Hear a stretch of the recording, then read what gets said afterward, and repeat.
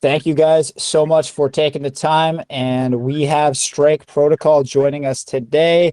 These guys were successful. They hit a couple early milestones, even during their pre-sale phase. They received the vetted badge from GemPad, which, we have a great relationship with that community, and that's no easy feat. So definitely congratulate you guys for that. You sold out your pre-sale in just around an hour, which again, pre-sales have been a little bit tougher to fill lately. So great job on that. And since launch, you did deal with that kind of that first 24-hour up and down, but the chart's been looking great. You guys have been showing some good momentum. We're currently sitting around 1.3 million.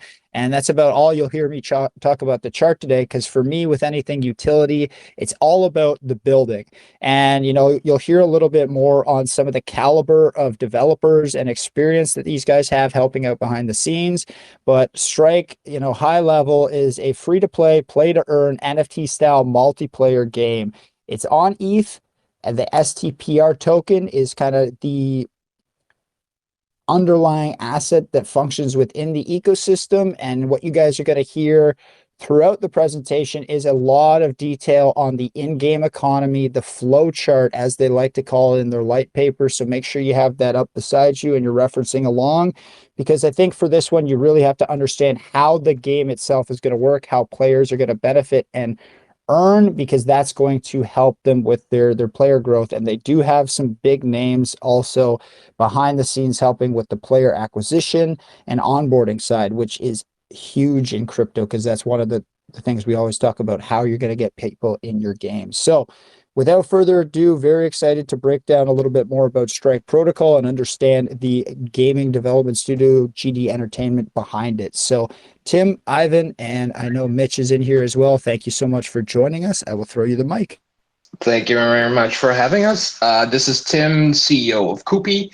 We're the company that is doing the Web3 integration together with GD Entertainment. And yeah, I'm very happy to be here. It's been a long time since we spoke, so looking forward to get into all the details. Hi guys, my name is Ivan. I'm the lead designer for the game and also the project owner, so I'm in charge for creating this game from GD Entertainment. Well, let's walk us through just initially how you were inspired, or what was the origin for Strike Protocol. Why did you decide to go this route for building?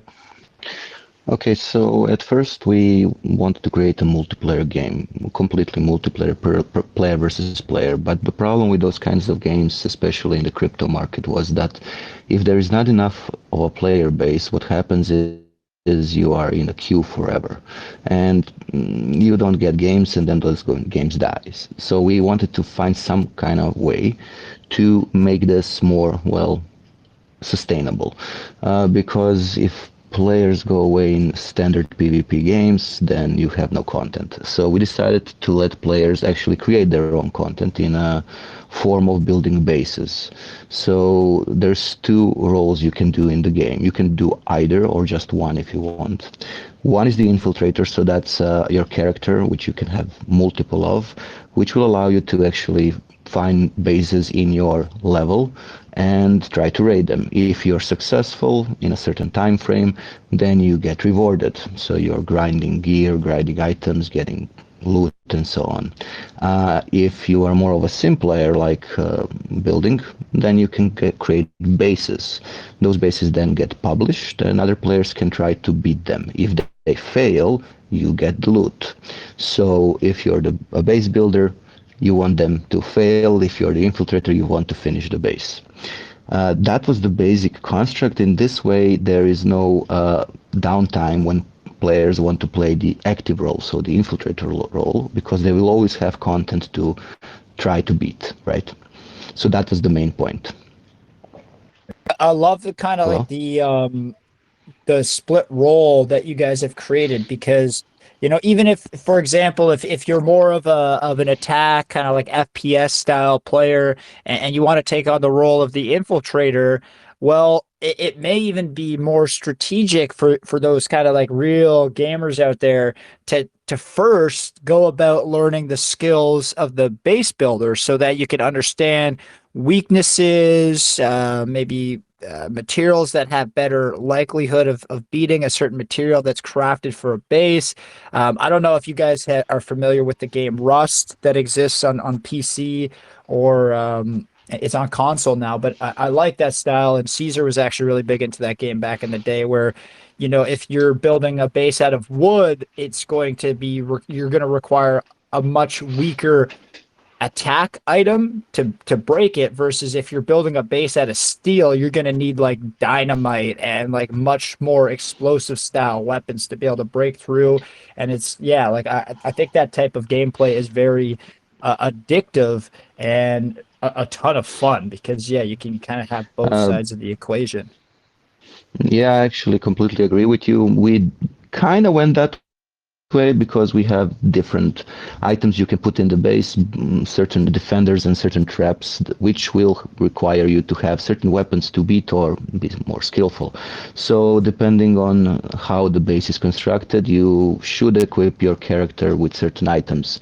It is going to make it more easy for you, but it doesn't actually kind of guarantees success, because players also have the ability to construct the base with false rooms, false endings, stuff like that. So kind of limit, increase the amount of time you require to get to the end and finish it.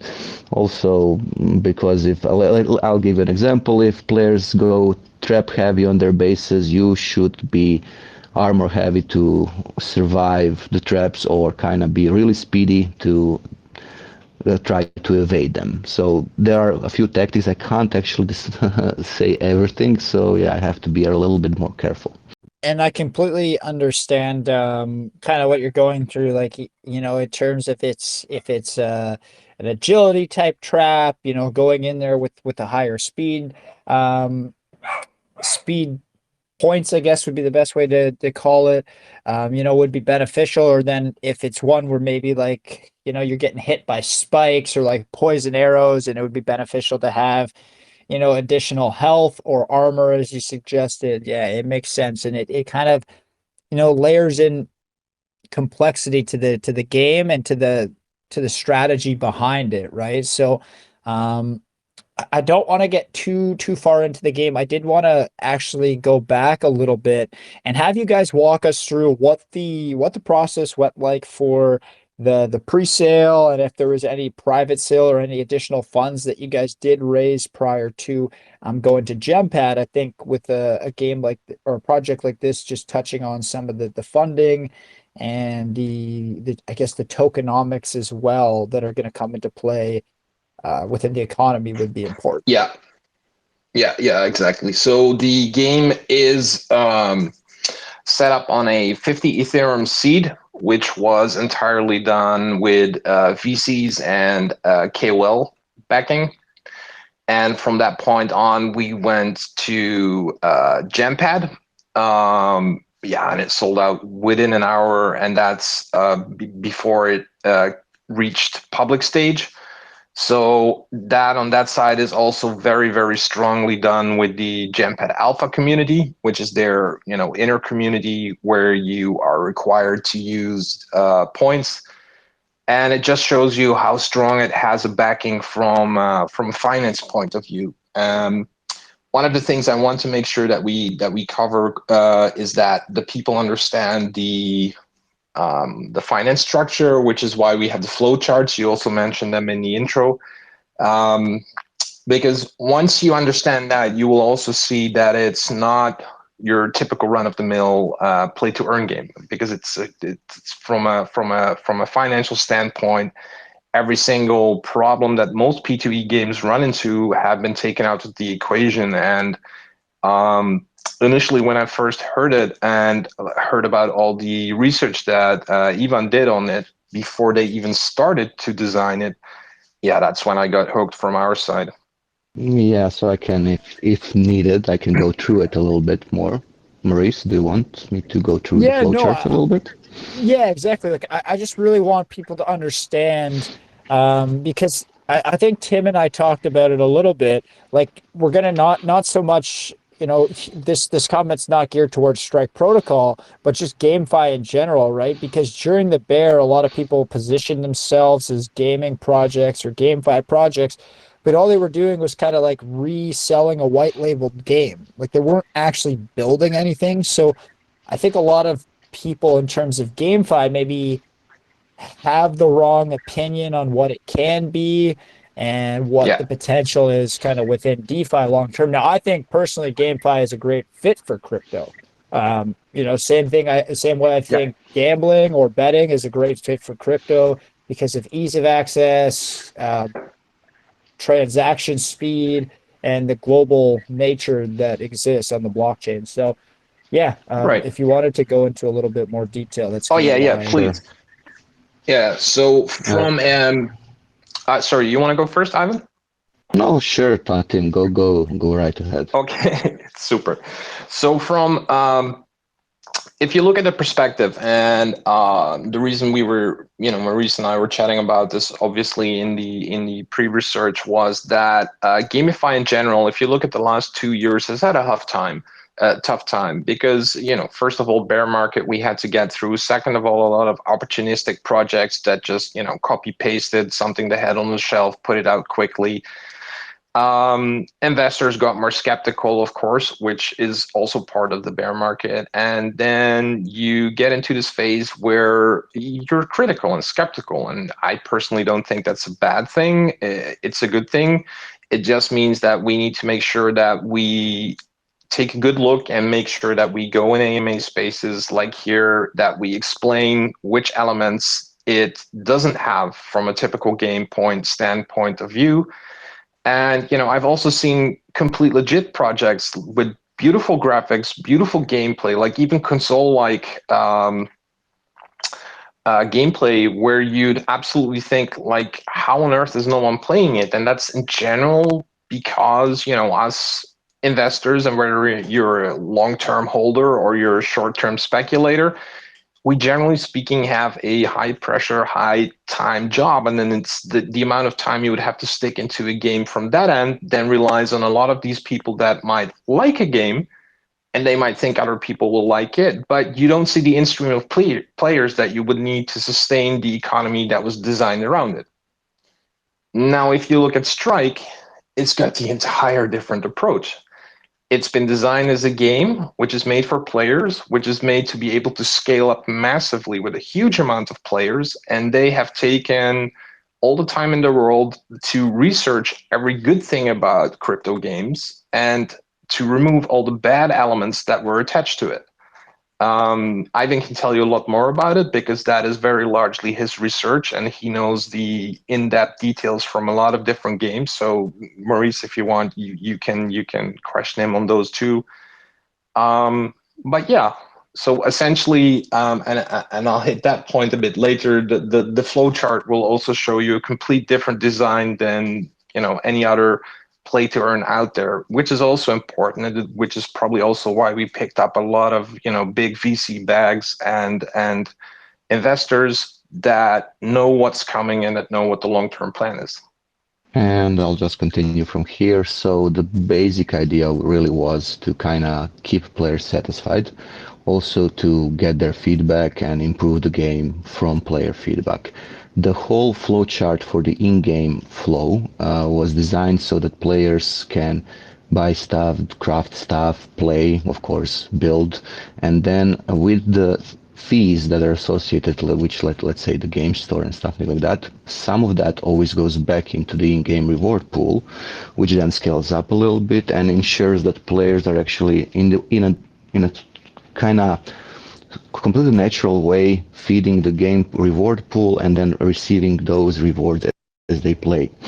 So that was the point. The point wasn't really to, be like, yeah, you have to buy a lot of things to play. No, the point was you can play it completely for free if you enjoy it and if you do all the things that the game offers, so missions and weekly missions and so on. And later on we'll have some other things as well, which I don't want to say right now. Then you will kind of scale up.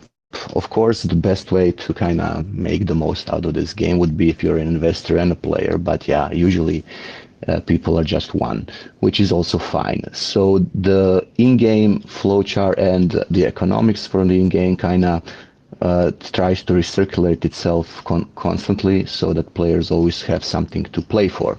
While the outside flowchart, which means outside of the game, which is connected mostly to the token and to the spending of the token, a percentage of that goes to our revenue pool.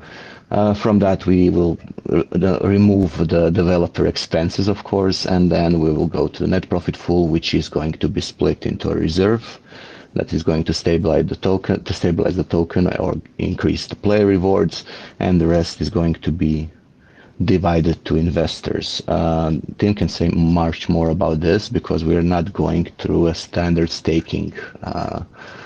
Not a standard staking way of generating more tokens for players or rewards outside the game. Right. So from that point of view, that's another one of the very big points where it stands out. Like Maurice, you'll know as well, right? One of the biggest hiccups of the last 2 years has been staking. That started as something in DeFi, which was, super. You could get people who are convinced about a solution or a product to stake. Pending the time that they would stake, they would get certain rewards. Those rewards would round up. It was a mechanism that was used quite a lot and quite heavy on anything, from memes up until heavy utility projects. And the idea and the design point of that is quite good from a tech point of view. Unfortunately, when you look at how the last 2 years of bear went, instead of that being a positive for investors, 9 out of 10 times, at least in my experience, staking ended up being a negative. So what we wanted to make sure is that we approach this same concept. So to reward long-term holders, to reward long-term VC investors, and make sure that we offer to them, but also to public buyers who are able to pull from the revenue pool that is shared in a revenue sharing system.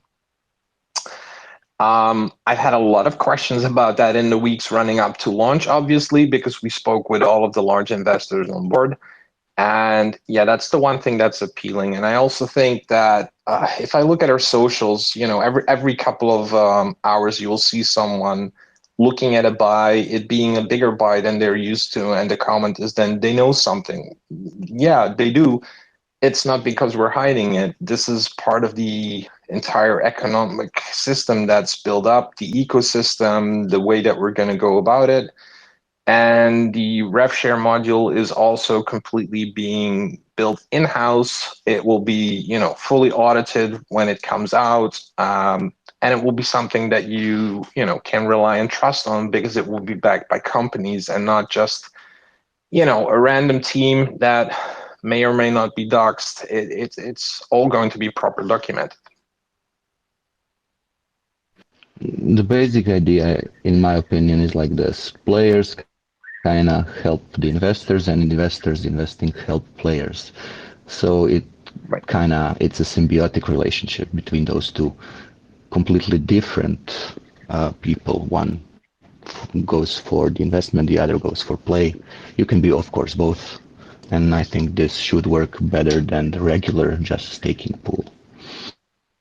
And again, I think, Tim, you brought up some really relevant points in what you had said about the GameFi sector as a whole, and then staking. Yeah, like the concept of staking as well, or even, the way projects were giving away mass amounts of supply without people really having to do much. Like, just, it's like, oh, sign into our game for 5 minutes and you're going to get like your max allocation for your daily rewards. And it's just like, well, how long can that run through, right? So like I like the way that you're giving value back, but like you're doing it in a way that actually incentivizes people and has them, like, kind of makes them interact and actually utilize the ecosystem. So like the game's going to benefit through some of those fees that you guys have baked in there within the model. The project will benefit. So like, it's really well thought out in that sense. Now, I mean, you still have to see it in action, but the thought process is definitely there.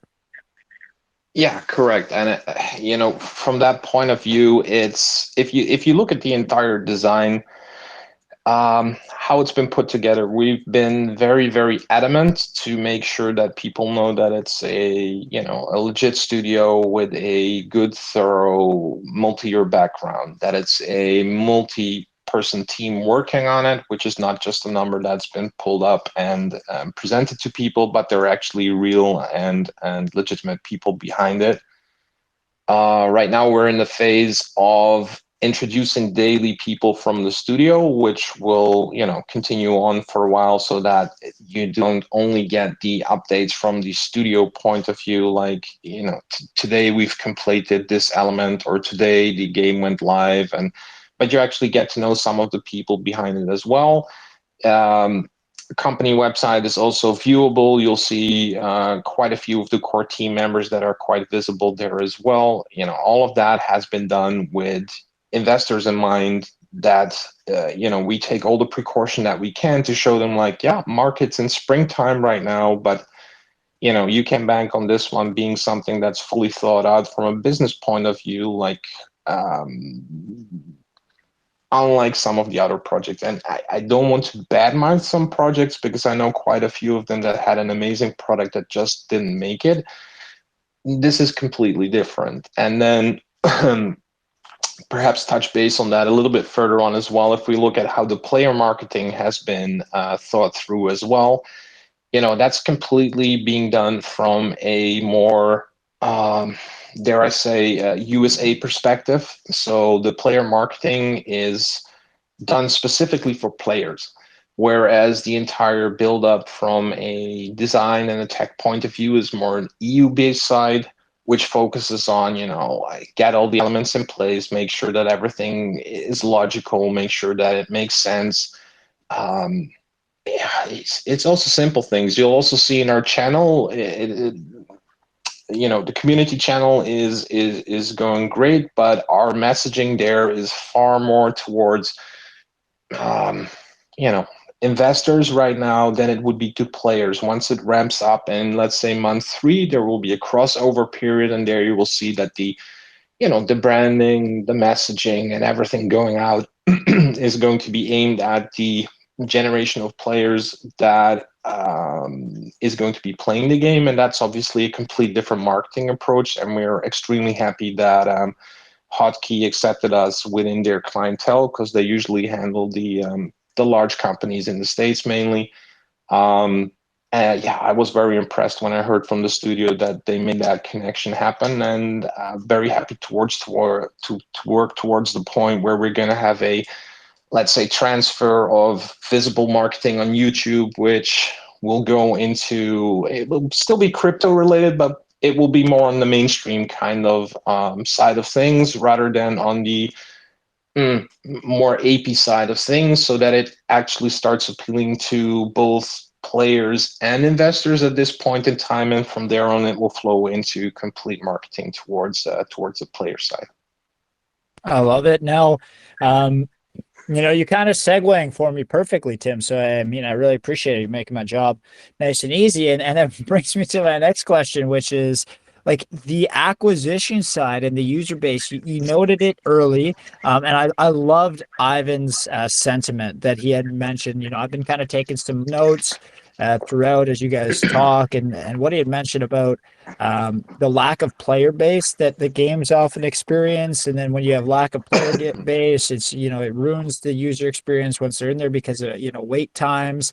Then it reduces the amount of content that they have, and then it kind of Right. like inherently the game just slowly dies off. Not lack of trying, not lack of the game being good, but just a lack Right. of content and players. So that brings me to my next question. Like, what do you guys think is your advantage here with Strike Protocol in terms of acquiring players and not necessarily needing that 10,000 user base like other games might need? Like, what's your, I guess, best way to phrase it? What's your break even point, or your forecast of, users to cost to really start to see a positive uptake in the fees and the profits that the game can bring in for the ecosystem?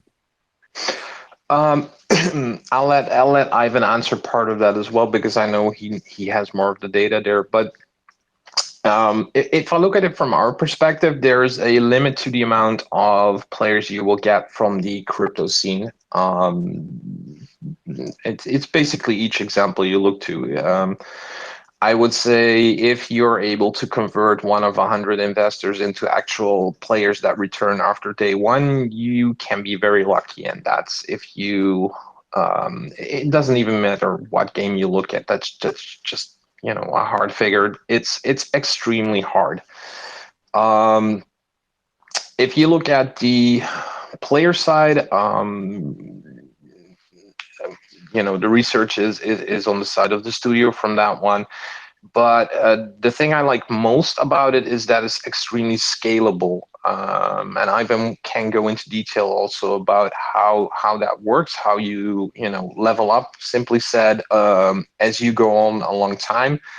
But I've also already told in a prior AMA that the long-term plan behind it is multi-year. There are a lot of things put in place there so that it can scale up. And yeah, from marketing standpoint, I'm looking forward to that transition because that's when the actual players start coming in numbers. If you look at it from a distributor point of view, even though that's not being handled by us, but I do know some of the distributors that are being talked with right now in prep. Yeah, that is going to be a rollout across multiple distributors. It will be rolled out across PC, across Android, and across Apple. All of these three variants will be covered in the alpha and the beta stages that we are going to be presenting to the investor community as a whole. So that's basically across the next 12 weeks, all of these different formats and systems are going to be available to the community. And in return, and I'm pretty sure Ivan will cover this one too, is that it is also super, super important that we get the investor feedback from, let's say, the user base, because you can design 1 or 2 years on a let's say an outlook structure, and there is a lot of things in the game that are like super smart, super well done, but at the end of the day, someone actually playing it will go like, yeah, but if I move my left thumb, it needs to be in a different position. And these are the, let's say, the extra tweaks and the feedback that is also very much appreciated from the studio. So we're also trying to be very open and requesting from people in the community, to join up. Right now we have a drive campaign. So the first 5 people from the community can get a early slot. And yeah, Ivan, over to you. Thank you, Tim.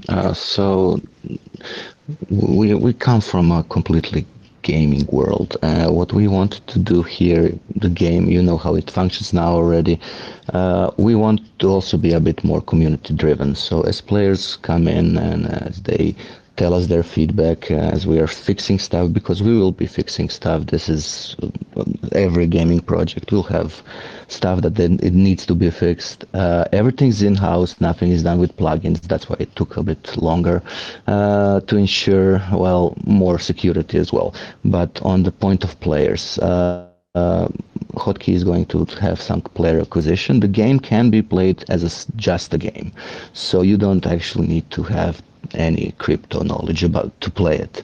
And this is why we did it this way. So we are trying to get the players from a regular community. Now, if they want to start with crypto or NFTs or whatever, they can, but it's not a must. So we are getting players to come in as players, playing the game, enjoying, giving feedback. We improve, evolve, and so on and so on, hoping to get even a better product, especially because players sometimes have really good points. Me as a player, I know I had a few dozen at least by playing other games. So yeah, the point was we make a start, we get player feedback, we evolve the game, we make it more fun, and Hotkey takes care of player acquisition, and we made a game that can be played without actually touching crypto if you don't want to. You can play it, you can enjoy it, and yeah, that's about it. If you want to know something else, please ask. I mean, that was a great breakdown, and I can't wait to see like some of those rollouts start to happen. I know Tim is really excited on that as well. Um, Now, being that you guys are Ethereum, I know people are always curious, like why, why a game or why a project will choose the Ethereum chain versus maybe something like Polygon or another layer two. I have seen a couple people wondering about like scaling and as the bull market comes closer and closer, if gas fees get to what we saw back like last peak bull, like what you guys are gonna Yeah, do, like from a project standpoint to handle some of yeah. those associated costs. I think the biggest redesign in the last 2 years was making sure that initial items which were intended to go towards NFT have been scaled back on a very large scale. Because when the market started, showing its prognosis to improvement, which was around end of last year, this is when final decisions were made on which chain to go with, how to do the rollout, which elements to use in the revenue and stuff like that. Polygon is interesting. It's definitely a consideration that was made to go with. However, F is still king in everything, and the market still being in springtime, the rollout being perfect for the market, because gaming also goes with its season, so you don't want to have a game come out in the absolute middle of summer. So a lot was aimed at making sure that its player acquisition starts, its distribution starts somewhere in let's say mid to end of spring, and then from there you can scale it up, scale it out, and then you already have that going on. If you look at all the games released, I think the NFT minting that will be in there, it won't be a problem. I do agree with you that if you look at the gas fees that we had at some point in last bull run, when we were, anything above $300 that's a biggie. On the other hand, it's not that important because there is a lot of it now being handled in-house, and that obviously doesn't touch the gas fees. That's one of the reasons that Ethereum was preferred above Polygon.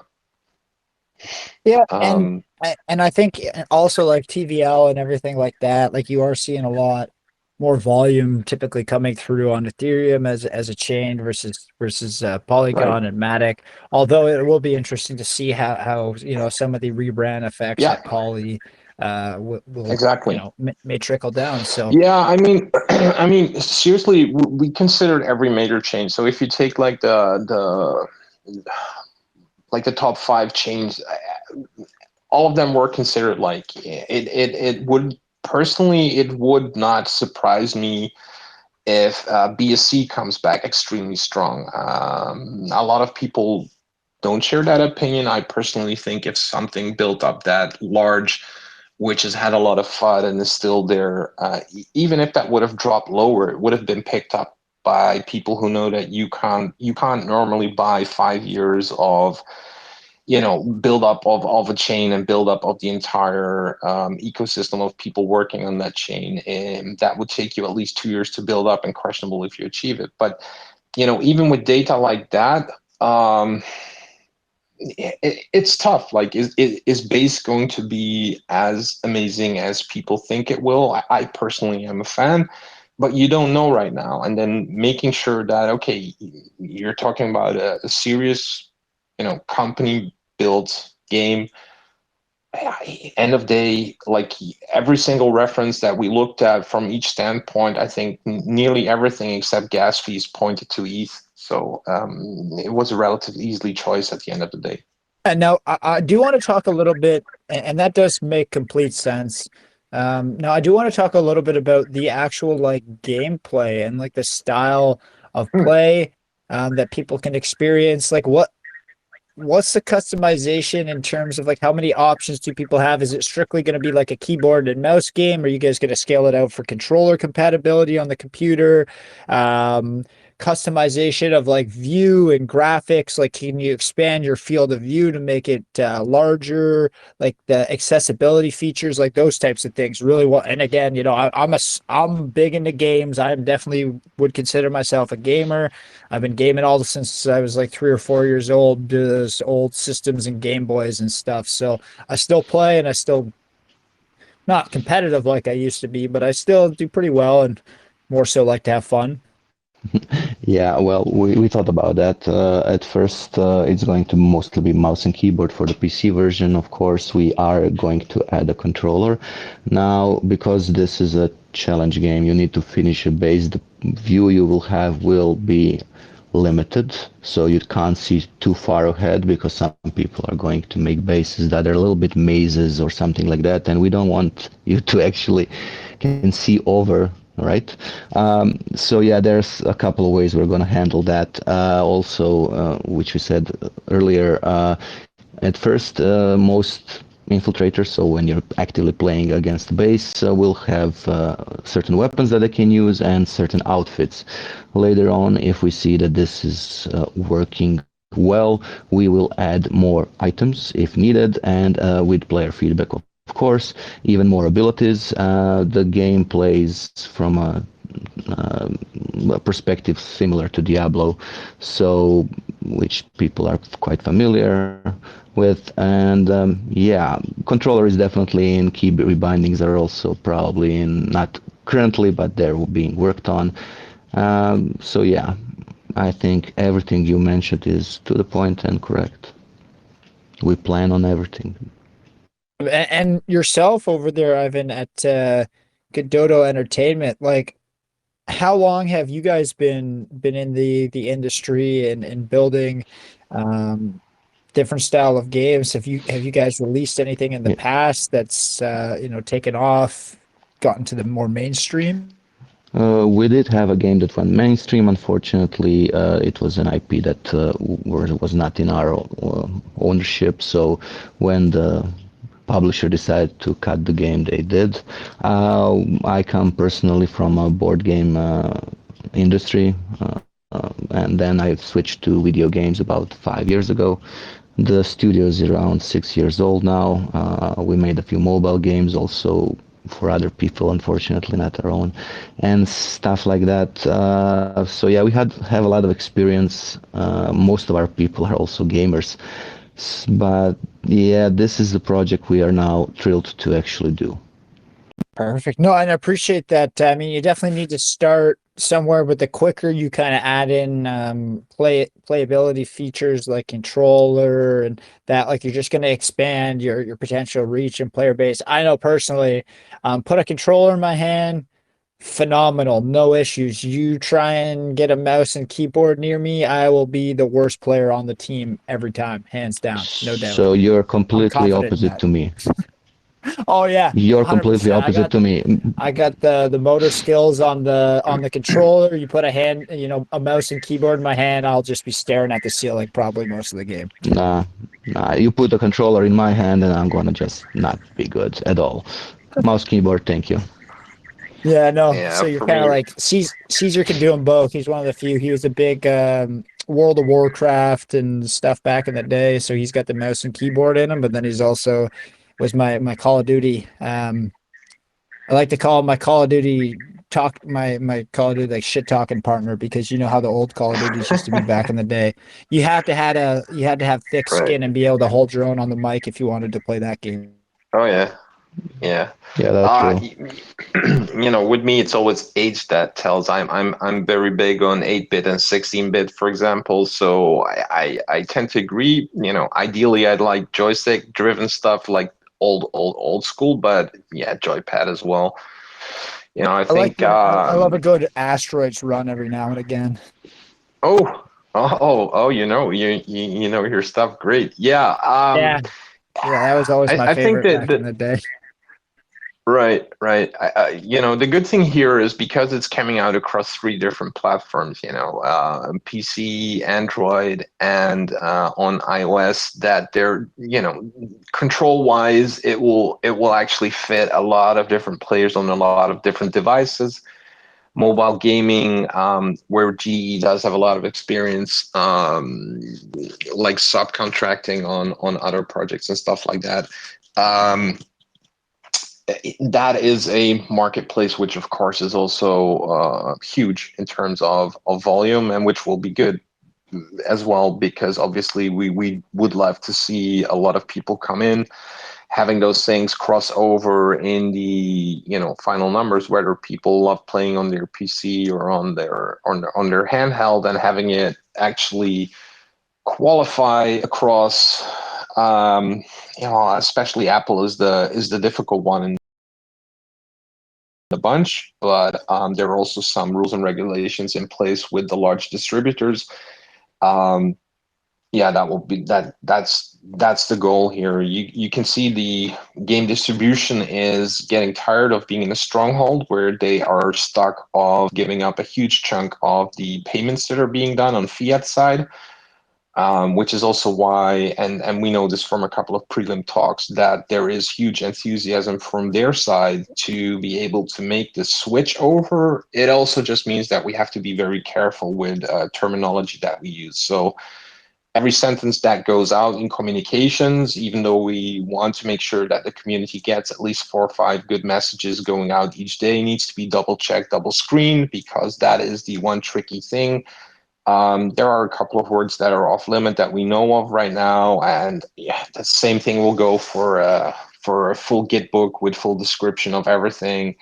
That's the part where it's tricky, but I think we're all used to it. Everything in crypto has been tricky for the last 5 years. You see what's going on with our good friend Gary being wrong all the time and still trying to push whatever it is he wants to push. It just means you have to be careful in a couple of things, but the fact, and I think the Litepaper and also the pitch deck initially reflect the general consensus there, is that, yeah, this is a shift that is coming because there was 2 years of research done up front. We are early enough to take full advantage of it. I know there are a couple of companies out there right now on a larger scale that are very closely watching. Some have shown interest to take over parts of the engine and stuff like that. Can't go into detail there, but yeah, it's a shift. That market is shifting, and that's the one reason we're looking forward to most, to getting towards the player marketing side, because that's going to be the proof in the pudding. Yeah, My no. opinion is actually, sorry. Oh, go ahead, Ivan. My opinion is, because I'm an old-time gamer, right? I'm already quite old. I remember the free-to-play time when games started Right. to shift to a free-to-play model, and that became quite a problem for most gamers. Most gamers didn't like it. They thought it would never succeed. It's not gonna stay. In the end, not only that it stayed, it actually flourished. I think we are currently in a Right. similar situation with NFTs, slowly getting to a point where it is going to be more and more accepted, especially by the younger generation that actually grows up with those kind of games. And I think we're currently at that point of the shift. That's my personal opinion. Right, right. Reminds me of the days when exactly what you said. I'm a little bit on the older side, so I remember things coming up like Candy Crush, but even before that, Bejeweled, everything that came out from PopCap, for example. In the beginning, people were going like, why the hell am I going to play a game on Flash? Micromedia came out with Flash 4.0. Adobe later bought it and completely ruined that system, but that's actually one single company, Micromedia, that in those days made it possible for Web 1 to jump to Web 2, because suddenly you could do animation, you could do audio, and sure, it had limits, but the transition that happened there, especially from the gaming perspective, that the entire free-to-play market started going. I mean, just open your Android or Apple phone. you'll be hit with God knows how many different of these styles of games, which are now perfectly normal. And back in the day, people would call you crazy if you're developing for it, because, you know, how are you going to earn money? Advertisements were not well developed, but that grows. That grows. And as long as you have a good business plan behind it, that's, you know, the route that you can see coming, especially if it's a repetition. So like a lot of crypto is visible in terms of growth from people who look at the transition from Web 1 to 2. The same goes for GameFi. Man, I'm excited to kind of see how you guys are going to be able to build this out.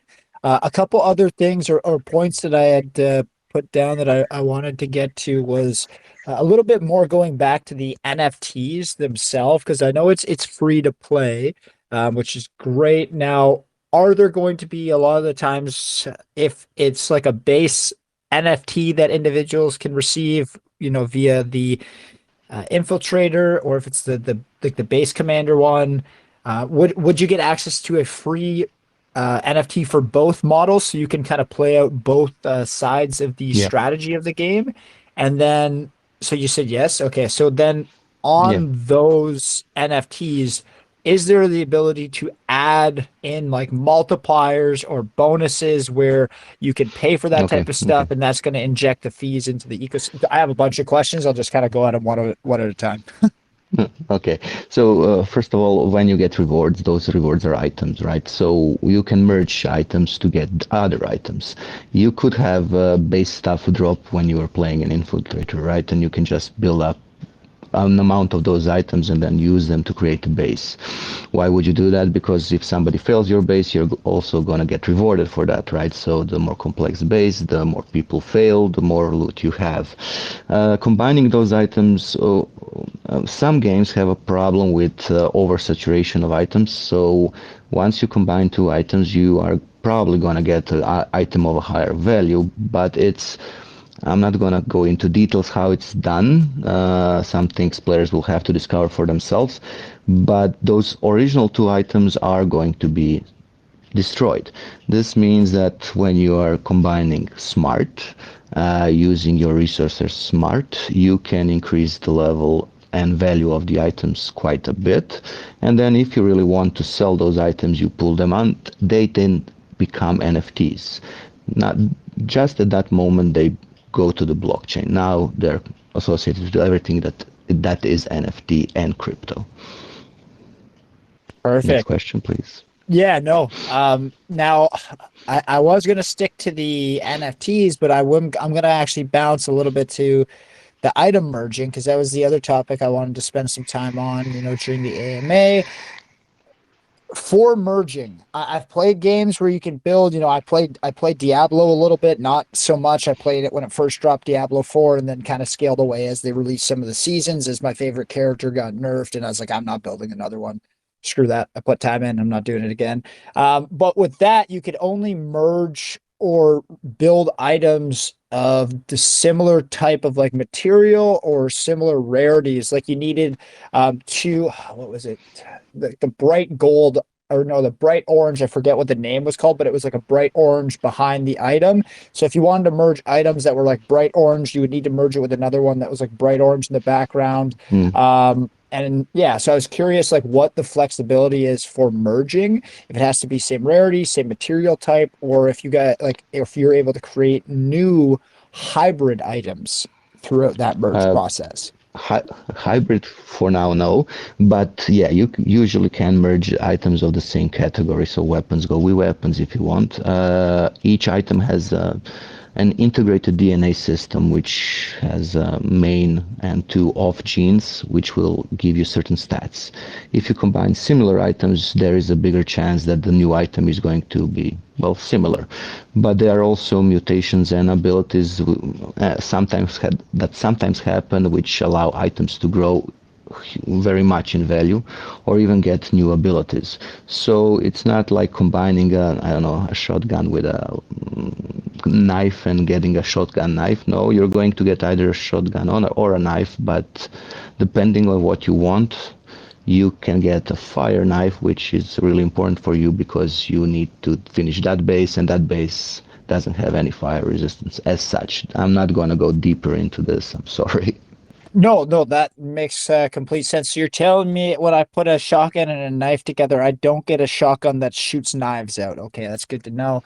No, not yet, but No, that's actually a brilliant idea. I'm going to write that down.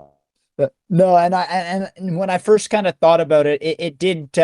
What came to mind was exactly what you mentioned, almost like a material with an element, will allow you to create a custom weapon in a sense that has, like you said, a fire damage, freezing power, poison, electricity, like Yeah. those types of elemental factors that you would see in a lot of these RPGs and stuff. That's kind of where my mind went when you talked about merging, True. especially with materials. That's exactly that. Awesome. And yeah, no, the DNA system, I would like to know a little bit more about that, because just I love the detail. This is a little bit of a nerdier question, but I just love the level of detail and like the depth of the detail you're putting into like the gaming, like the back end of the gaming, not even just the game, just like the thought process behind like the NFTs and the in-game experience that will be created by like how unique they can be made. Yeah, I'm quite sure that some people, me especially, are going to be merging a lot because some people enjoy that. Me personally, I do. So, playing the game, getting items, getting more items, getting more items, then learning a bit how the system works and what combines with what and what you might get is a little bit of a luck of a draw, of course, but there are theory crafts that can be developed around that, which I think some players that are a little bit more nerdy, like me as well, are going to enjoy quite a lot. I'm like I said, I'm definitely in that category of like a gamer, and I love like what makes a game unique. Like personally, one of my favorite games that I know hasn't had a ton of adoption, and it sucks because it's really cool, is a game called PUBG, or like Players Unknown Battleground. And it's a pretty OG like battle royale, came out first in 2017. It's kind of like H1N1, I would say. It's kind of like the OG, but PUBG is a pretty close second in my opinion. And that game, they've been around since 2017. They've released like 8 to 10 new unique maps. Each map has their own custom guns, their own custom environments, their own custom vehicles. Like, it's incredible. Doesn't even crack the surface of any of these other shooters that exist in the space. And it really bugs me because the player experience is so much better. And as a gamer, I enjoy playing it so much more. But it's like the same. I'll literally play, maybe on a Monday night and a Thursday night, and I may get matched up on the same people on the Thursday night as I did on the Monday if I'm playing at the same time, because there's not a huge player base. So that's like the one hindrance they have. And I could say like you definitely have a lot of that lore to you and the thought process that makes you stand out from a gamer. And really hoping with some of your user acquisition strategies and utilizing Hotkey as a partner, you guys can push the game to where you want it to be. Because yeah, definitely a lot of I can tell that the love is there from the gaming side. Important I didn't. I was Yeah, gonna say I sorry. didn't want Also, it to be too much flattery, but yeah, I did have some more questions. I'll throw you the mic though. yeah, I think the important thing there to note as well is I even can go into detail on it if he wants, is the fact that you just mentioned it as well. You don't have to wait. There's the way the game is constructed that, if you look at regular games where you require someone on your level to come online, even the very popular ones will take 5, perhaps even up to 10 minutes to make you a match, and you're just sitting there waiting and waiting, and that's frustrating for players too. Yeah, I tried a few NFT games that had that problem where I really wanted to try them, and I was waiting for 15 minutes, 20 minutes, 30 minutes, then I just gave up. So that's something we really want to avoid. I think that discourages players then even more. There's an example even with the game I just mentioned, PUBG. They did a new map release, I think 3 weeks to a month ago, and they had it as a featured playlist. So if you wanted to play that new map, you could only play it in the featured list. But it seemed like majority of the players were playing in the standard randomized playlist because some of the searches would take 3, 4, 5 minutes for like a console game to find a match, and standard is like 15 to 20 seconds when me and my buddy play, and we've been playing for 7 years. So you could definitely notice a difference, and it ruins your experience because if you play one game, you maybe get eliminated a little bit earlier than you'd like, and then to think, well, I'm gonna have to wait here for 5 more minutes to find a match. We Right. actually were ended up, we found our average playing sessions were probably cut in half when that was happening because you just don't get into the same flow. The sticks don't warm up. You're not really in the game. You're Right. just kind of Right. waiting, right? Yeah, and that's the thing here, because obviously the player that will prefer to build bases could do that at whatever time he wants or wherever in the world he wants, and that could be made at 4 a.m., 2 p.m., whatever. It doesn't matter. If you go in as a player to raid the bases, you're immediately presented with a selection of the bases that are on your level and a bit under your level, a bit up your level. So you have the choice of how much risk you want to take trying to raid a base.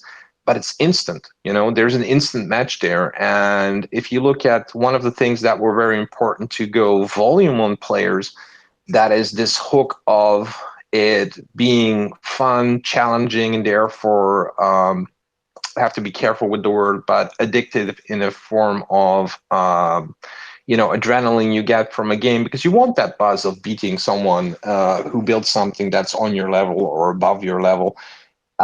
And all of that connection is instant, so it doesn't suffer from this huge drawback of waiting. Also, those people who like building bases, let's say they build 3-4 bases one night, they just go to sleep. Next day, after work, they log in and they see that their bases were raided.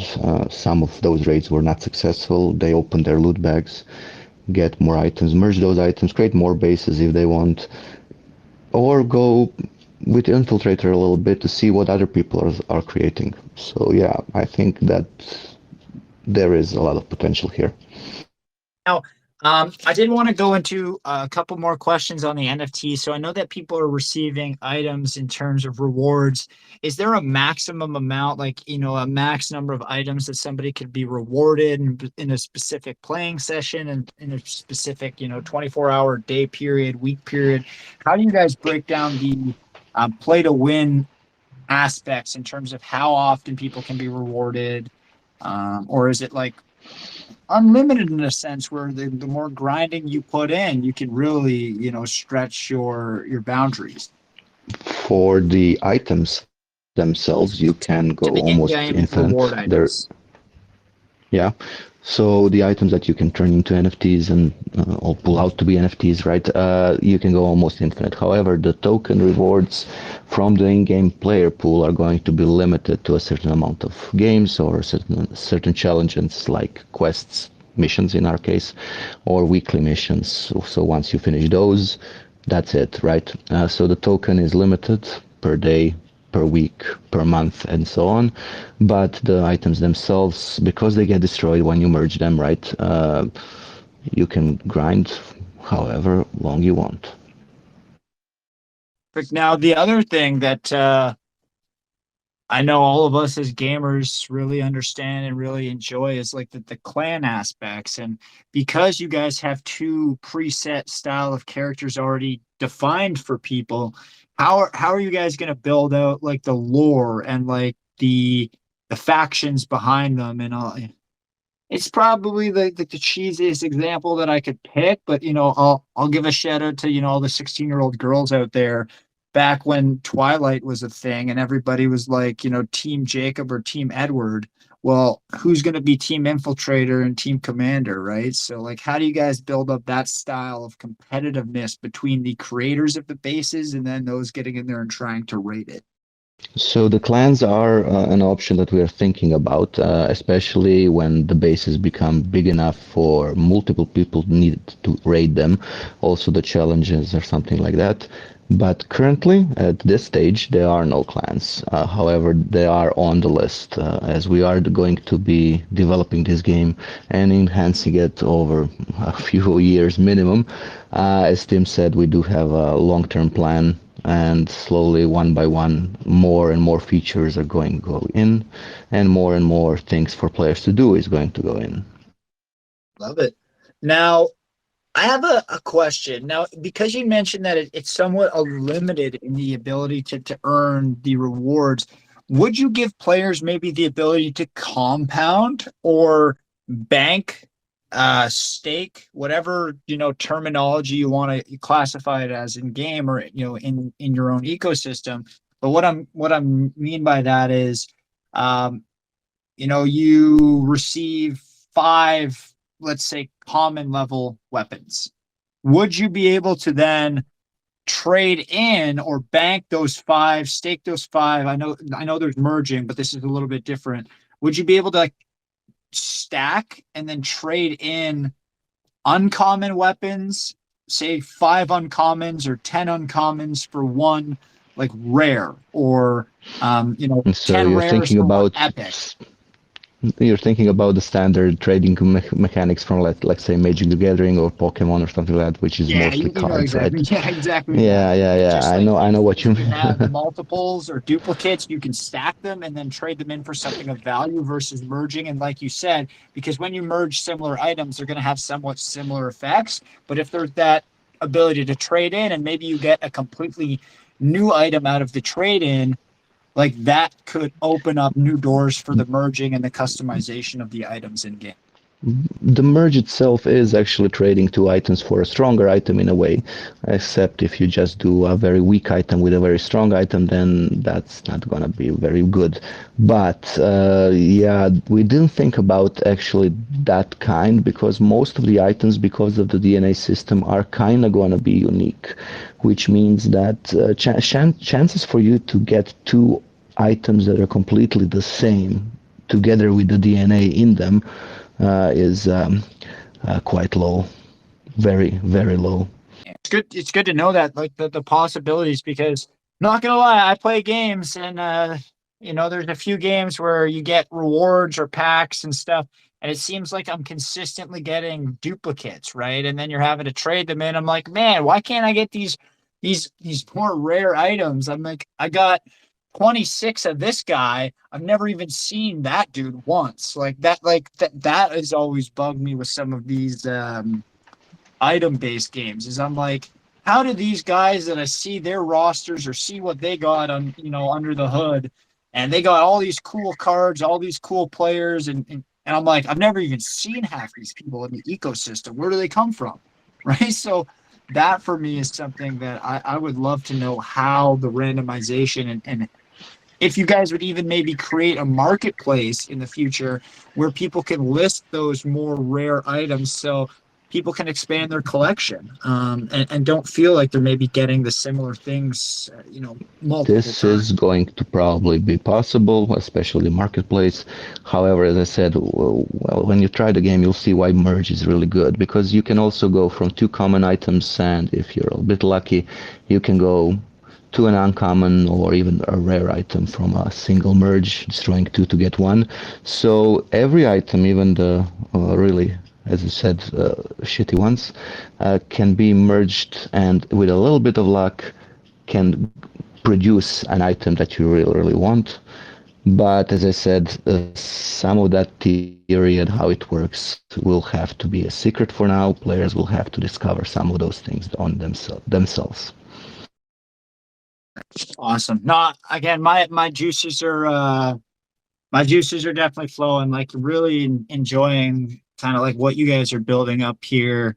The thought process, like I said, as a gamer, the thought process makes sense. Like your responses, like you definitely, your head's in the right place as you're trying to build this out. And yeah, like, yeah, I mean, the chart is looking good. I know I said I wouldn't touch on that really much throughout because I'm not a chart guy on utility projects. I think it's more relevant on meme plays where volume and stuff matters a little bit more in terms of getting hype. But utility, it's like if the KPIs are growing or the thought process in the early stages are good as your pre-rollout, I'm more willing to kind of, give those plays time because volume isn't as necessary during the building stages as we've seen. So yeah, you guys are doing good. Nice recovery from the that initial 24-hour dip around launch, and some good momentum on the chart, like in that 1.5 million range, which for a kind of pre-launch on the utility is really good. So game itself, what I don't need hard dates, no specific timelines, but ballpark me. When do you guys think people are going to be able to go in there, participate, and like actually start to earn some in-game items, and start timelines just base level for me? Okay, we're hoping, of course, that we are going to go out in 3 months, so a little bit less than that. We are going to have quite a few alpha and beta tests before that. Some of them are going to be closed, and some open betas are also planned. There's also a stress test planned because we want to see if the servers can handle certain things, which we will, of course, do in-house as well before we release it to the public.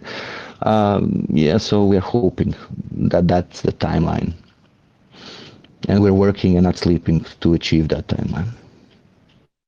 Perfect. The 3 months is good. Now, in the interim, you'd meant like, will you guys be like, what do you need to do to participate in some of those testing stages? Do you need to be a token holder?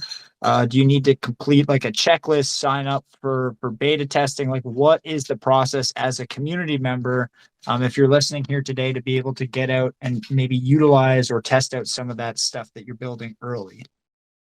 Tim, can you answer this? And I'll answer once we get to beta. The beta will have a sign-up form, and then we will choose people to invite. But for now, Tim.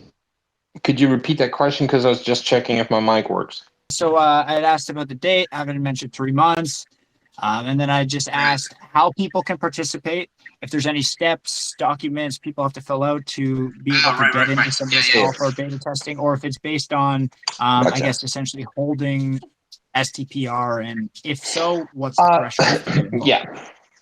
Yeah, obviously.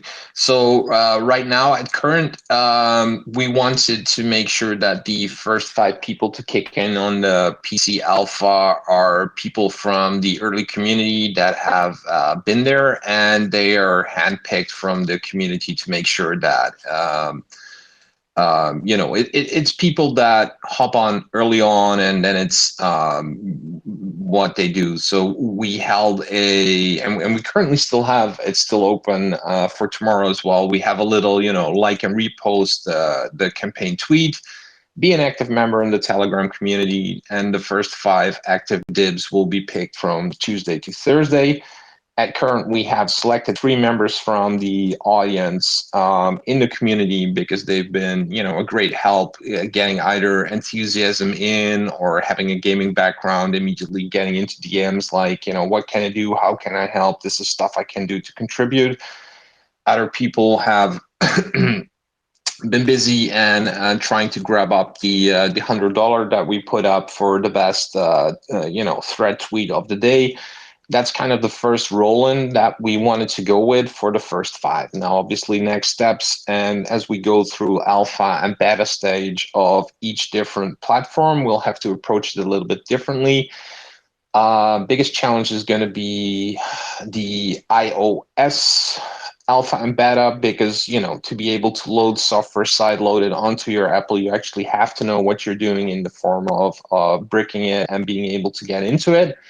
So that we've put deliberately more towards the end period, because we know that right now the chances are very low that there are going to be 25 or whatever people who are able to do it from a technical point of view.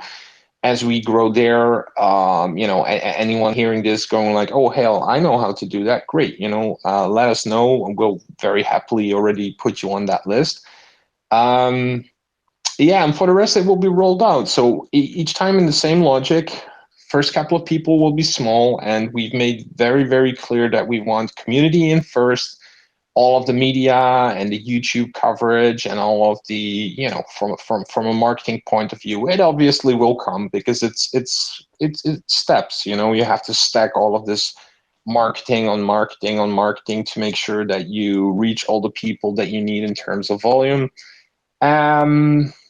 And that's kind of how we're going to be rolling out the next 12 weeks to make sure that everything has been prepared in terms of opening up, testing it, getting feedback from the community, making sure that the studio has, like, you know, 5 initial people who look at it for the first couple of responses from people who are super, super eager to get in, and that will be more thorough in their likes and dislikes. And then from, let's say, 5 people, it goes to, you know, 10, 15, 25. Once we pass that stage, then obviously all 3 of the formats will need stress testing, which Ivan also already mentioned needs to be done in-house. So this is going to be on, you know, own machines to kind of get like a good feel and balance to see if the amount of nodes that are needed are within the calculated limits, if that needs to be scaled up slightly before we go to a bigger outroll. And then, of course, all of this data is then again needed from a financial standpoint to calculate, you know, the running cost you have over a period of multiple years, which for that you just need hard data. You can simulate it, but, you know, real life will always have a deviation. And those are the steps that we need to get through. But yeah, end of 12 weeks looks good. I think by this point we will have full access for all investors. So all holders will have a way of getting into it. The only important thing to note is that it's, you know, it's not relying on investor holders having to play. It's just there to make sure that the people who are in that group and who want to have access for it and who want to be part of, like, the bigger picture here are obviously welcomed first. And from there we move on to, okay, now the real people are in that are interested, eager, and early. And then from that point on, we go to, let's find a couple of YouTubers who like reviewing games, because it's also very important that the reviews are genuine and not someone who's just being paid a certain amount of dollars to just rehash whatever it is, and stack those up. And obviously, as we go further in time, as will the accounts, you know, go up in subscriber count and as such. That's really kind of like how I thought, and making sure that, you know, the holders are able to get a benefit is great. Right. But I love what you guys are doing in terms of just the participation aspect too, right? Maybe giving those that are following you, maybe they don't have a bag yet, but they're just active. They like what you're doing. They're kind of hitting the check marks or check boxes of, you know, a good community member. And, you know, that's what you want to see, because, you know, understanding that resources and money fluctuate between every individual in the space, and some of your Exactly. best potential supporters and community members may be those, you know, in the earlier stages that maybe just don't have the money to ape in at the large amounts like the whales and stuff do, but they're going to be there every day. They're going to be pushing the project. They're going to be showing it to their friends and their network because they get it and they believe. So yeah, I like that you guys are also focusing on trying to reward those that are just active and being good community members. Look, it's super important. You know, I've been around in the space for years, and I know how it goes. You know, normally speaking, you have a tiny token of whatever market cap. Let's say something sitting at 40, 50 market cap, and then these guys always have this huge problem of how on earth are we going to attract people with bigger eyes. But you can see how much comes out of communities that are able to rally like 20, 30 people, even with a chart sitting at a 50K MCAP. And for us, it's reversed. Obviously, we're starting with a lot of financial backing and a lot of, you know, company finance stuck behind it too. And this is also why, from a marketing perspective, that we wanted to make sure that, all right, these steps are taken. It's great that we've sold out in such a short time, and it's super that we managed to, you know, show what we're doing in terms of long term. but let's get these guys in this world that are just enthusiastic. That's either going to be the more gamer side of investors, or it's going to be the guys who know what to do, how to hang out in a channel, how to enjoy themselves, how to be super active. um, and it's fun. We've got a couple of guys in there. One of the guys that will probably go into the alpha access as well is extremely funny. He's cracking up us up the whole time, and it's that atmosphere that you really want, because the game is going out, but it's just good to also get these requests, like you've asked earlier, like, are we going to able to make clans and stuff like that.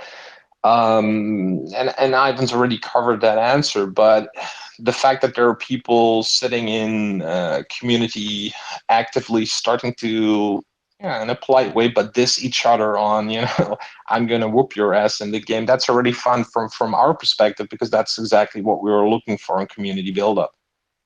Love it. Now, competitions, onboarding competitions, referral links.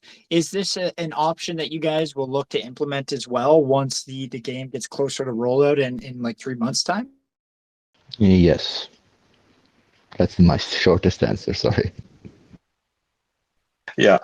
Yeah. Short and sweet is okay with me, Ivan. Sorry, my dog's trying to get up on my desk now because my girlfriend had to run out, so he's bugging me. I think from my end, let me just go through. I had a couple other questions in my notes here, and I just have a couple minutes, but thanks.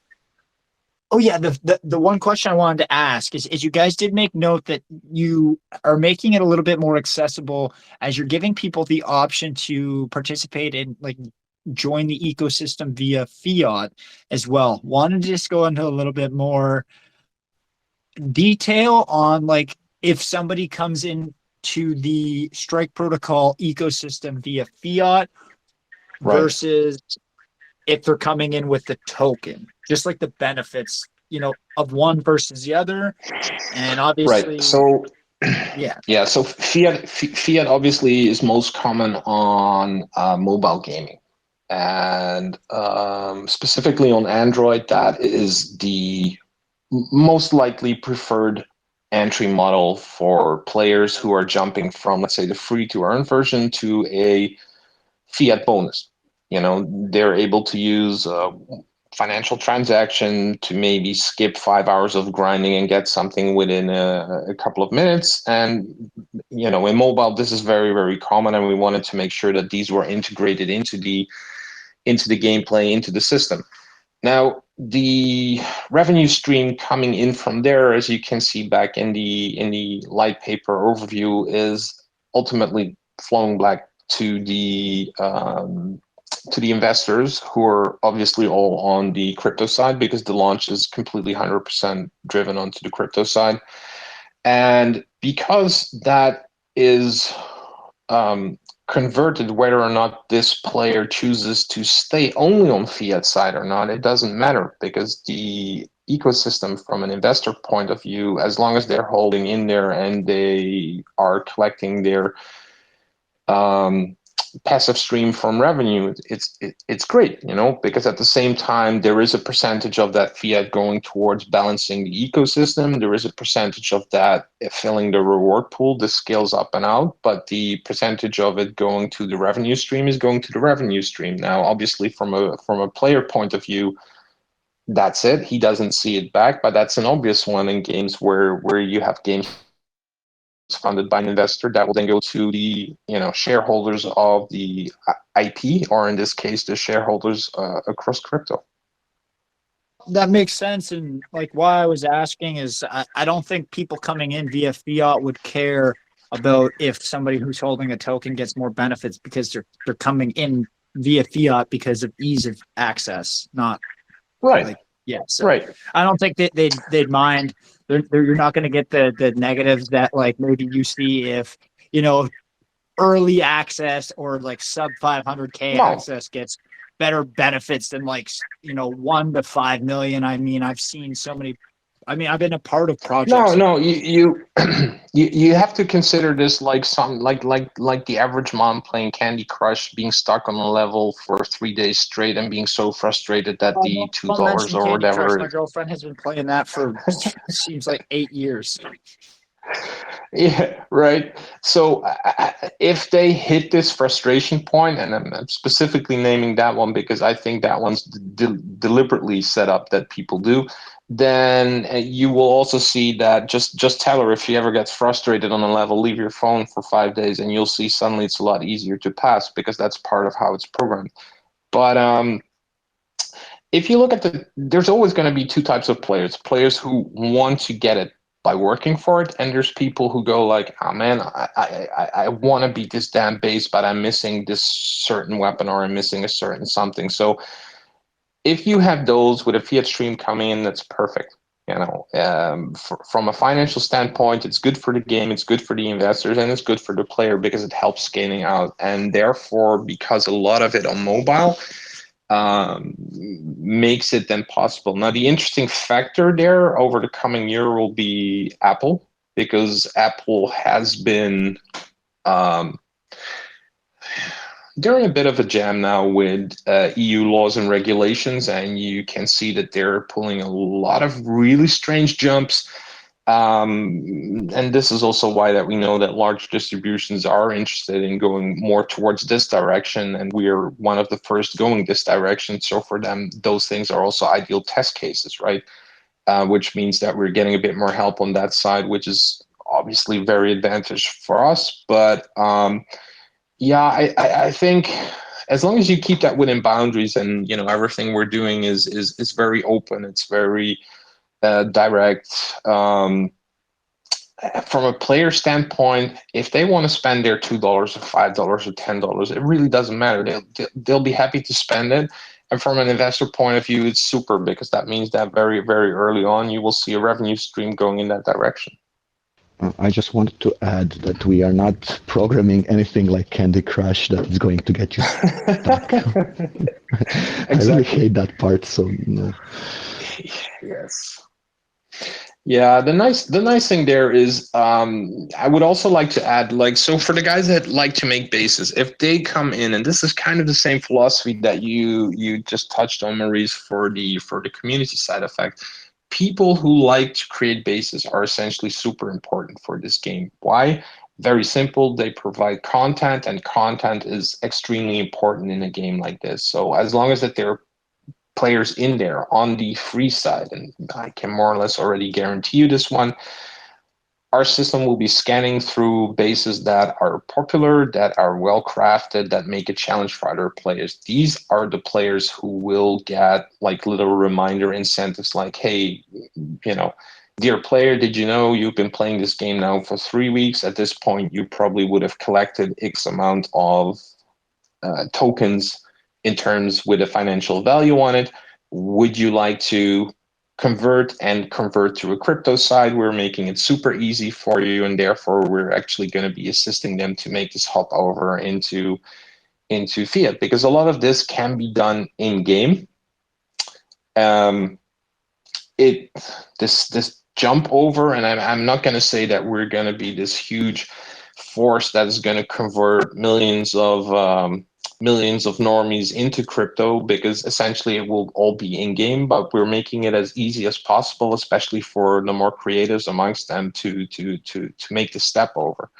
I mean, we'd be crazy if we wouldn't, because if there are people who are just enjoying this free side, at some point they will want to have items to put in their bases, and at some point items actually hold financial values. So this is also to make sure that once they get in there, once they've created stuff, once that we can see that they're actually building good stuff, that's the point where part of the finance is used to motivate them to hop over to the other side and then be part of that entire ecosystem, and therefore introducing them to it. But without getting into it too much, a lot of this will be properly documented, full instructional videos and stuff like that.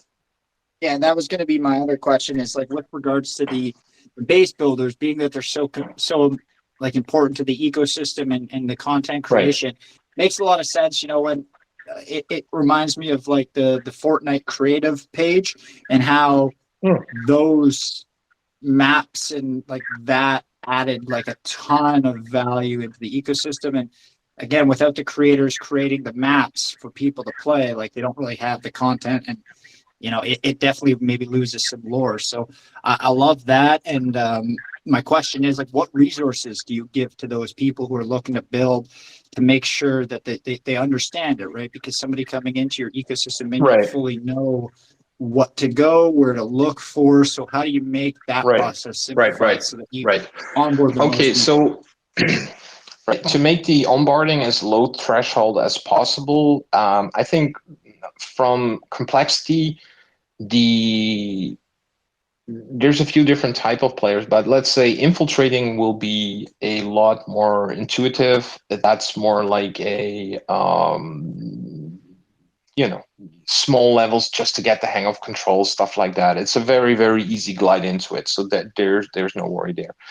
If you look at construction, that's the part especially where there will be a bit more focus on making sure that those that know, and there's obviously going to be parts of the people who wanting to play it who recognize certain gameplay styles from other games, but there's also going to be people who might be in it that are interested in making it, but like you said, have no idea how to do it. Now, specifically for this audience, because it's important to have creators in this space, there's going to be a lot of effort and energy put into like making good tutorial videos that are freely available across YouTube that will give you a base idea how to construct, let's say, a small but effective base.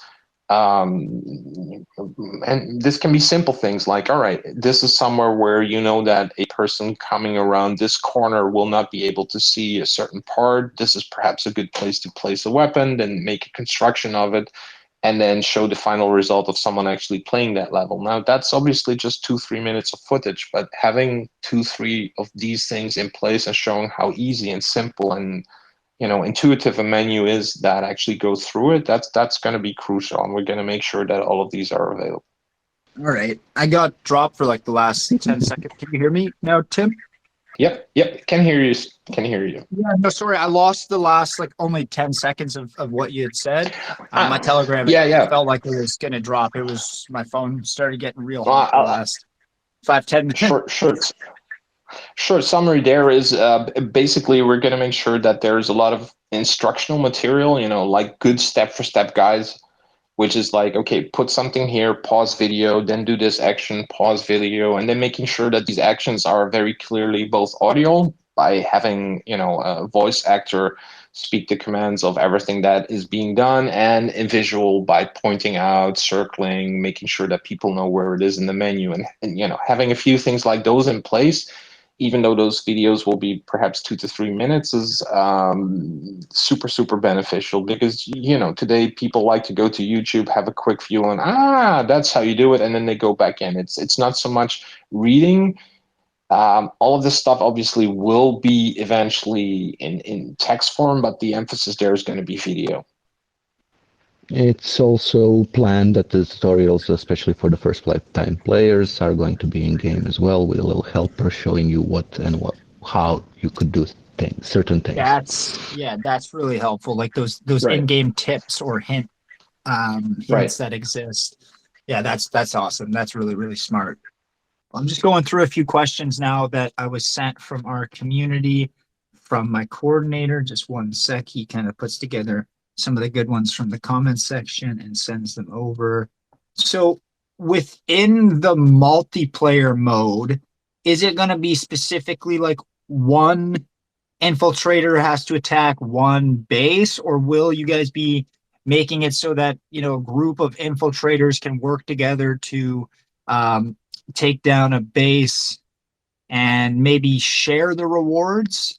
So you're not getting as much, but if you're struggling or having issues completing a specific level, you could do it almost like a co-op style of so raid.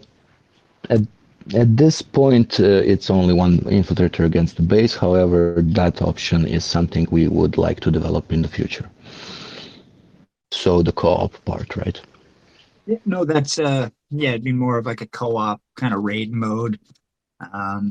Yeah, no, that makes sense. Kind of start with a core mode and then be able to add on in the future. One question that Rainbow 13, their question was, how do you guys address like match?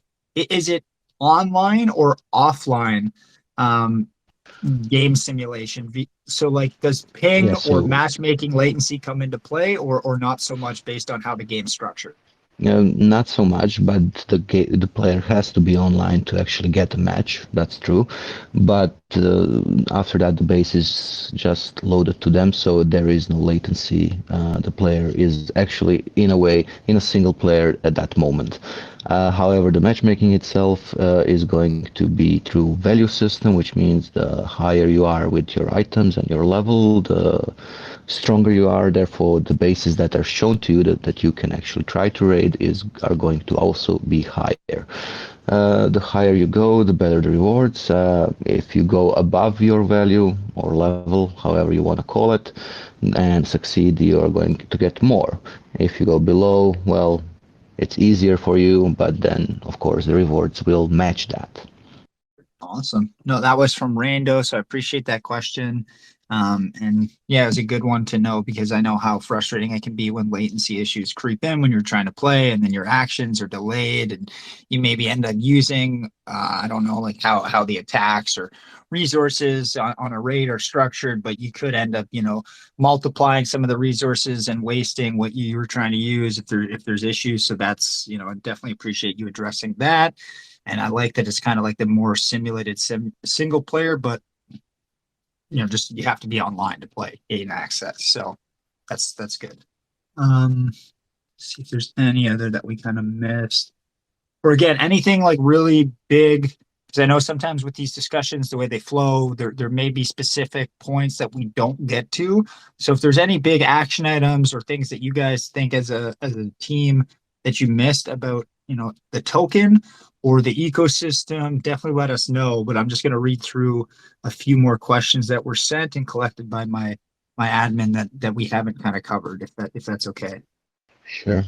And I think we covered both of them quite well. It's the differences that we have to any other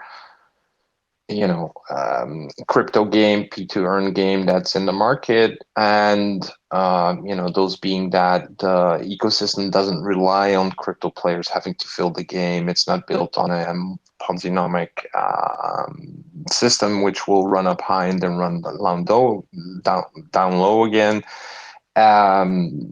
Topic that we covered, which was very important, was the instant gameplay and the matchmaking that's happened there. So yes, you need that online connection to make sure that the server actually qualifies you with the choices that you have. After that, it's again you trying to hit the space if you wanted to go in. Yeah, I think we covered most of the most important topics that we have there, but as long as there are questions, we're very happy to answer. Yeah, no, the other Yeah, I one I agree. wanted to get to, I like this one this is from Karen P49 is her username. Mhm. Just looking at some of the visuals and background videos that you guys have on your Twitter and your website, it looks like the gameplay style is more of an arcade feel, more top-down style angle. She just said, again, similar to the arcade, it's not as common in games that you see nowadays. So will you guys look to introduce more of like a first person or a third person viewpoint or camera angle within the game? Or is it meant to be more arcade style? It's meant to be a bit more arcade style. However, we are working on even better visuals, better graphics, and so on. That's why we're first going on PC to kind of see how high we can go. But we don't want to burn your PC while you're playing the game or have you have 4080 just to play it. So yeah, we're trying to optimize it so everybody can join. Now, a specific question here about one of the partners that you guys have listed, your bridge partner. Now, and this is from Random Ape. Killswitch Engage is their username. With your partnership with ElectroCoin for currency bridging, like, is this being implemented within the game? Like, and exactly No, I had that question before as well. Okay. The base text that we use to introduce Electrocoin is just to give people a background idea of who Electrocoin is and what they do. It's a name that is not as common as, for example, Flues, who typically handle the traditional, let's say, fiat to crypto conversion. Because we're using a model, obviously, that is a little bit different. We're using a fiat coming in, and we're obviously going to have conversion in-game as well. We just wanted to make sure that we work with a partner that we can actually work with locally. So Electrocoin has a local office here in Zagreb, where the studio is in Croatia. And that was a very, very important reason for us to select it, because we can physically go there, physically have meetings, physically plan out long structured plans with them. And that was the main reason why we went this route. From a marketing standpoint, it's also very important because it means that we now have multiple companies within the country. So it makes it, I'm running a little bit ahead of myself on timeline, but it makes it possible for us to be able to do success stories that have been done within, the local market, which then will result in publishing in local media and coverage in local media. And those obviously then are great for the community as well, because despite them being local, to have that kind of reception is always welcome, super welcome within a community that's building up, and it's also part of the handover plan. So probably just two last questions I'm going to get to here. This one is from MacDaddy, big_Mac0 is his username. He was looking to see if you guys are planning to build out an in-game chat feature and what like the community building will look like in-game in the ecosystem. So dashboards, chat features, that type of thing. Yeah, chat is gonna come, but not at the start. Same as clans, we are going to kind of try to push those two together. That's just because of the time, and yeah, we want to make a game that works well, and then we'll just add those features as we go on. I would say chat or a forum would be good, so players could share like tips and strategies on specific, bases and levels and how to best complete them. That's really good in terms of, the gaming community lore that you could build, and that's what gaming's all about. That social community. Yeah, forum is a must. I do agree. Love it. No, I know you kind of, you definitely really understand the gaming sector. I feel like the two of us kind of have a good background and really I spent some time playing games. Let's just say that, Ivan. So yeah, I spend a lot of my life playing games. Yeah. Hey, nothing wrong with that. You know what? My parents always told me that it wouldn't amount to anything. I remember the arguments with my parents when I was in high school. I always did well in school, always got, 90s in university or in high school, went to a good university and everything. But I still remember arguing with my parents, and they'd be like, you must have homework, blah, blah. I'm like, no, just let me play my games. They're like, you're never going to make any money playing games. Well, I remember now that streaming and like esports is a thing. I rub that in my parents' face all the time. I'm like, hey mom, did you know the guy who won a Fortnite tournament won $4 million for one day of work?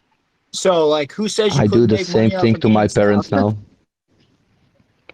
I do the same thing to my parents now, yeah. We got to be able, they're always right, Ivan. We got to be able to rub it in once in a while when they're wrong.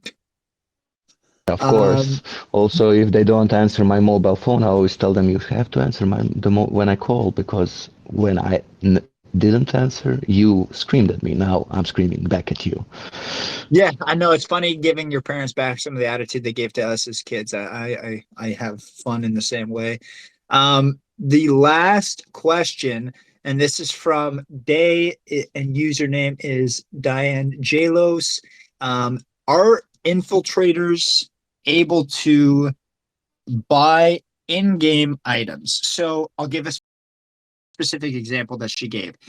If I'm really struggling to beat a specific base because I don't have the right specs, I don't have the right materials, is there a prompt or a menu for me to select one or two items and buy with fiat, or like that's where like the pay Okay.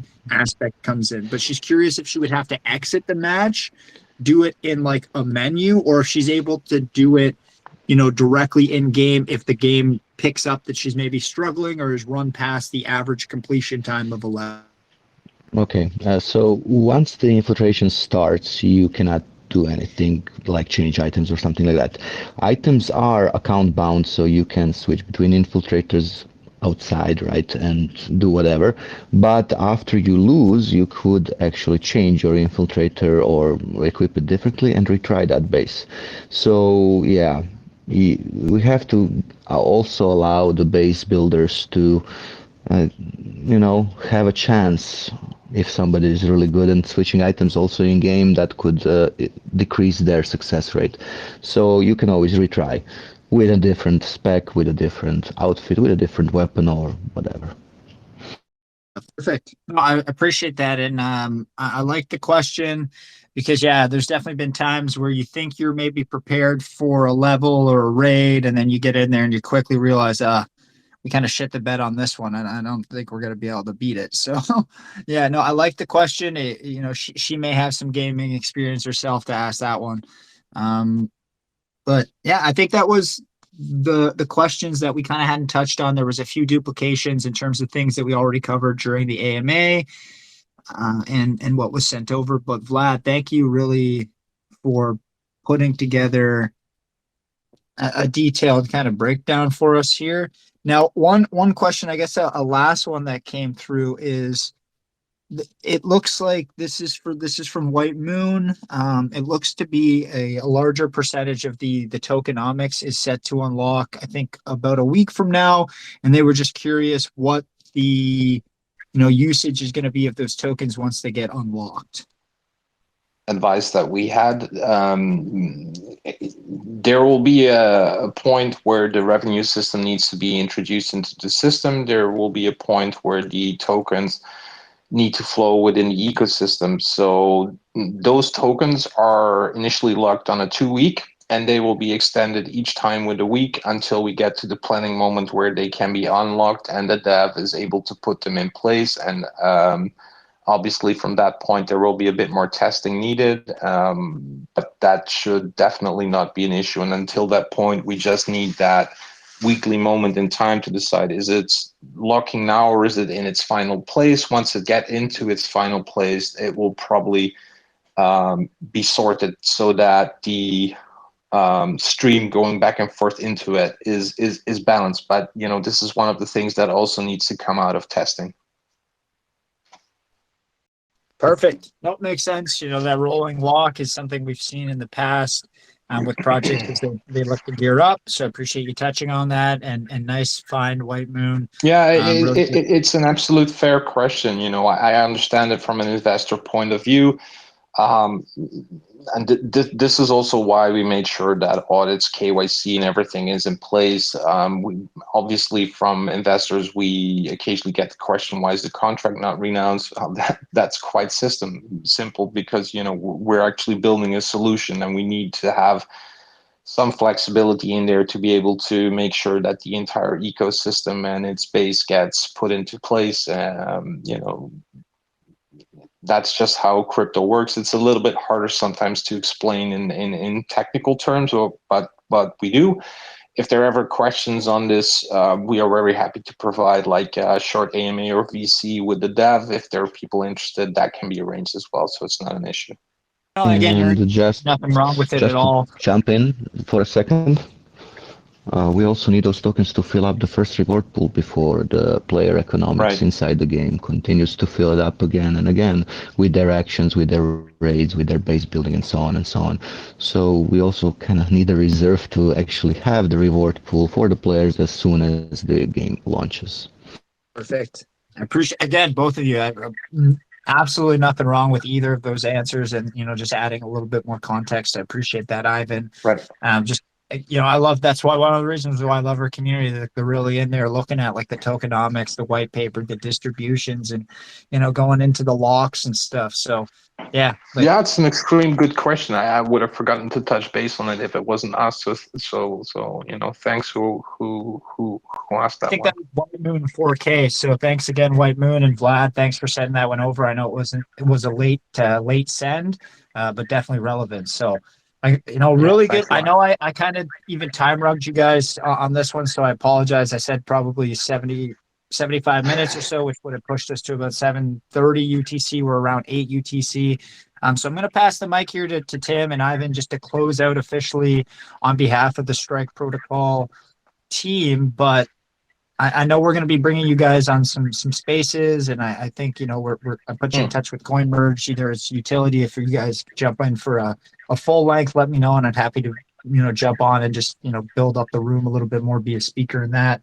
But yeah, no, really good presentation. I like the detail. I mean, Ivan, clearly you know your games, and you definitely, I always say, for anything long term, it may take a while, but you need the passion behind, with the team that's trying to build it, and you certainly have that. So really excited for what you're able to potentially build out here, and you have some good support with Tim and the team there at Koopy, and some of their connections as well. So just want to say thank you to you both for coming by. Really good presentation, and I'll send you the mics here to hit us with some closing words, some final calls to action, and just a farewell on behalf of Strike Protocol. Thanks very much, Maurice.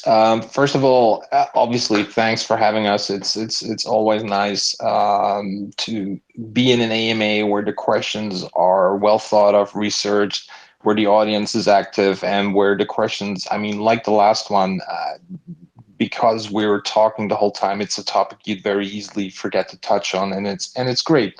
So thanks a lot also to the guys, everyone who's in Caesar's calls, and yeah, it's great AMA from our point. Come over to a community, have a look. Website is strike-protocol.com. Follow one of the links that have been posted, and look forward to see you in the community. Yeah, I just wanted to say thank you, Maurice. Thank you to everybody here. The questions were awesome, and I do think that we are going to talk a bunch more, especially with those of you that are players, because you are going to want more info. And we're going to get everything settled then.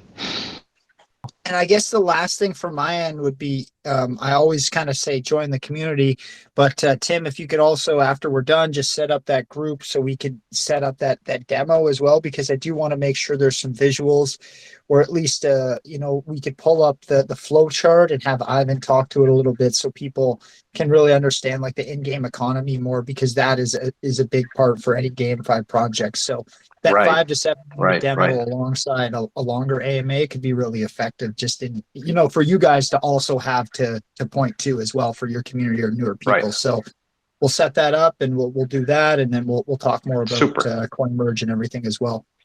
Yeah, look forward to it, man.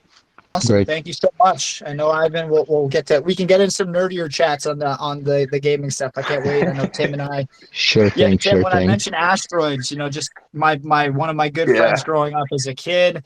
Funnily enough, like, he had a big family. I think there was 5 or 6 of them, and his dad randomly found an asteroids machine at a garage sale. So he brought, like, they had a big van because they had a big family. So he brought it home to their house, and it was in their basement. And every time I went over to my buddy's house, we're, from a small town, we would play this asteroids game, and I probably logged like 100, 200 hours on this thing. I've been friends with this guy since I was 2 all the way to like university. So yeah, like tons of hours on asteroids. I love that game. That was like the original adrenaline pumper. Like for me, like when people don't get it if you didn't play, but those old school arcade games will get your blood racing. Right. Yeah, but they had to, because they were relatively limited and technical, they had to focus on getting you hooked with gameplay. Or if you look at what Nintendo did with very early 8-bit, the specific sound and music, and NFT-style, like the James Bond soundtrack, that is like the soundtrack, the intro song on James Bond pretty much makes you hear that and you're immediately like, I want to play that game. Like it's the psychology behind gaming back in the day that I found was so interesting. Right, exactly. Yeah, it's really, really cool stuff.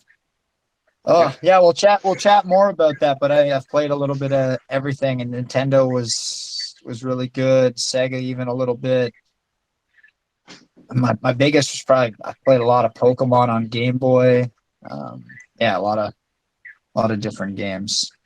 Yeah, we'll definitely talk collections and stuff I have, but perhaps offline, not to bore your listeners too much. Yeah, no, I was gonna say we just have to do our one random listener giveaway. I don't know if you guys have ever checked out that movie Pixels with Adam Sandler, but if you're big into those like old school arcade games, that was always a fan favorite of mine. Yeah, with perfect cameo in it as well. Yeah, exactly. So Yeah. Vlad, if you want to just pop off mute, thank you so much, man. You sent over a ton of good questions today. I appreciate you collecting all of those. I know Buck's down enjoying himself in Vegas while we're over here working, So yeah, thanks so much for your help this week. Well, Man. I really appreciate it.